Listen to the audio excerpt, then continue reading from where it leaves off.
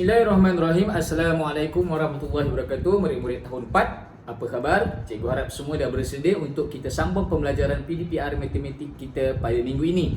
Murid-murid tahun 4, pada minggu ini kita akan belajar dan kita akan sambung pembelajaran berkenaan dengan penambahan masa, yang mana kita akan membuat penambahan masa melibatkan 3 kata kunci, iaitu melibatkan dekad dan tahun, abad dan dekad, dan abad dan tahun. Jadi ketiga-tiga kata kunci ini kita akan buat pada minggu ini. Bagaimana kita akan buat penambahan dalam bentuk lazim, dan dengan kata kunci inilah yang akan kita gunakan masa kita menyelesaikan penambahan masa itu nanti. Murid-murid, kita pergi contoh yang pertama. Okey, cikgu ada satu soalan. 8 dekad 4 tahun kita tambahkan dengan 6 dekad 7 tahun bersamaan dengan berapa dekad berapa tahun. Kita buat penambahan dalam bentuk T yang macam kita belajar penambahan masa minggu yang lalu. Kita buat T dulu, yang mana T kita adalah melibatkan dekad dan tahun.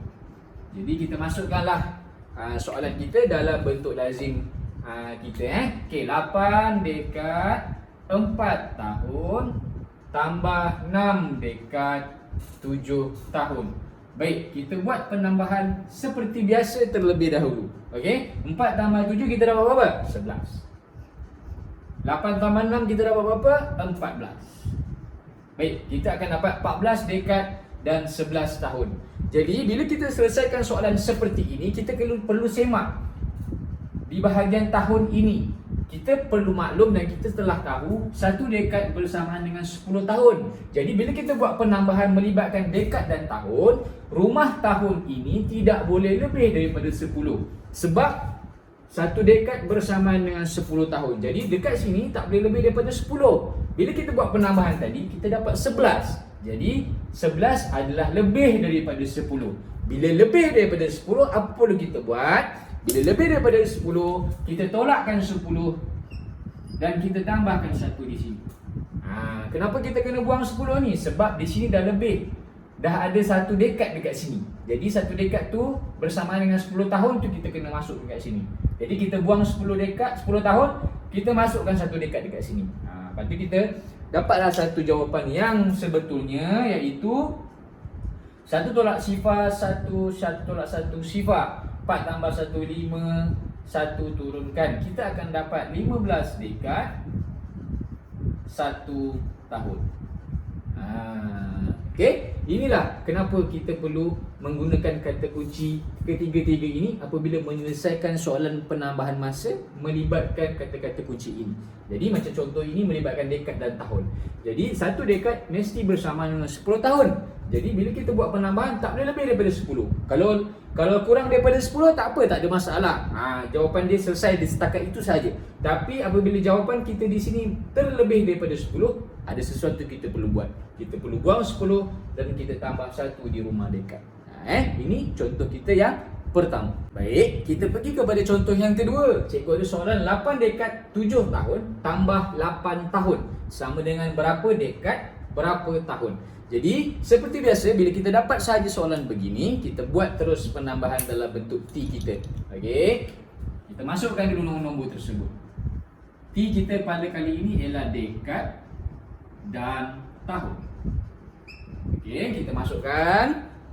Okey, 8 dekad. Okey, kita masukkan 8 dekad 7 tahun tambah, kat sini tak ada dekad. Jangan risau, dah tak ada dekad tak apalah, tak ada masalah. Yang ada ini ialah 8 tahun. Jadi kita masukkan 8 tahun di sini.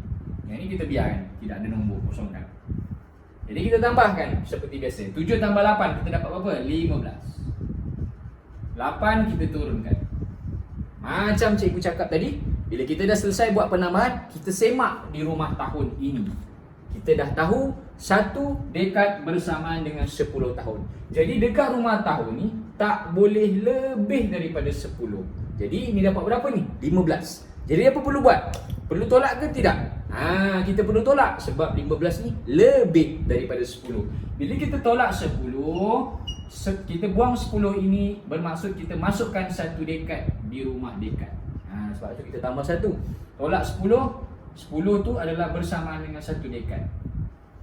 Dan kita akan dapat satu jawapan yang baru. 5 tolak sifar kita dapat 5. 8 tambah 1 kita dapat 9. Kita dapatlah satu jawapan yang betul dan lengkap, iaitu 9 dekad 5 tahun. Okey, apa-apa perkaitan antara masa ini, bila kita selesaikan penambahan, kita semak kata kunci kita. Kalau sekarang soalan melibatkan dekad dan tahun, kata kunci kita ialah 1 dekad bersama dengan 10 tahun.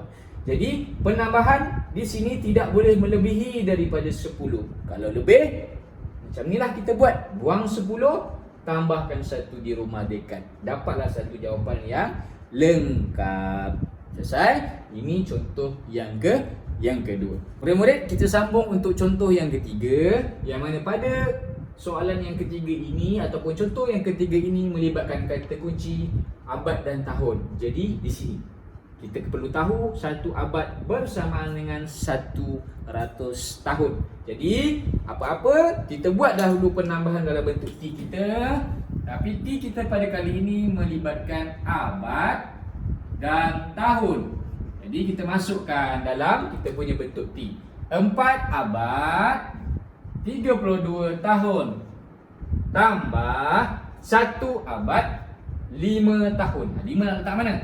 5 letak sini Macam biasa kita buat penambahan. Okey, hati-hati bila masukkan nombor dalam bentuk lazim kita ni Okey, kita buat penambahan seperti biasa. 2 tambah 5 7. 3 kita turunkan. Okey, 4 tambah 1 berapa? 5. Kita dapat 5 abad 37 tahun. Kita semak dulu kata kunci kita. 1 abad bersamaan dengan 100 tahun. Jadi kita tengok di sini, adakah lebih daripada 100 kat sini? Tak lebih. Sebab 37 je ni. Kalau kurang daripada 100, inilah jawapan kita yang sebenar. Okey, kita tak perlu tolak. Kalau tak perlu tolak, tak perlu. Kalau perlu, perlu. Okey, jadi kita akan dapat 5 abad 37 tahun.